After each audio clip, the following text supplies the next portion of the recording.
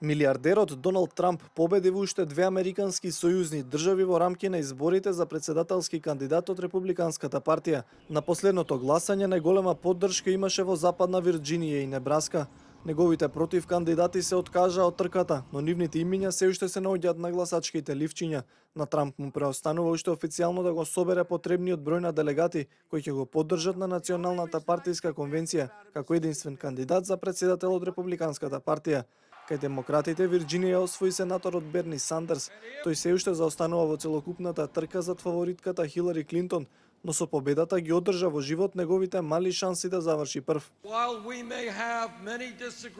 Иако имаме многу несогласувања со Хилари Клинтон, има една тема на која се согласуваме. Мораме да го победиме Доналд Трамп. И среќен сум што можам да ви кажам дека ќе го победиме Доналд Трамп. Ако ги погледнете националните анкети во последниот месец или последните 6 недели, на секоја од нив Берни Сандерс го победува Доналд Трамп со голема разлика. Националните партиски конвенции ќе се одржат во јули. Делегатите од сите сојузни држави ќе гласаат за својот фаворит, пошто двете партии ќе го изберат својот единствен кандидат кој ќе влезе во финалната битка за претседател на Соединетите американски држави. Последниот збор ќе го имаат граѓаните, кои на гласање ќе излезат на 8 ноември.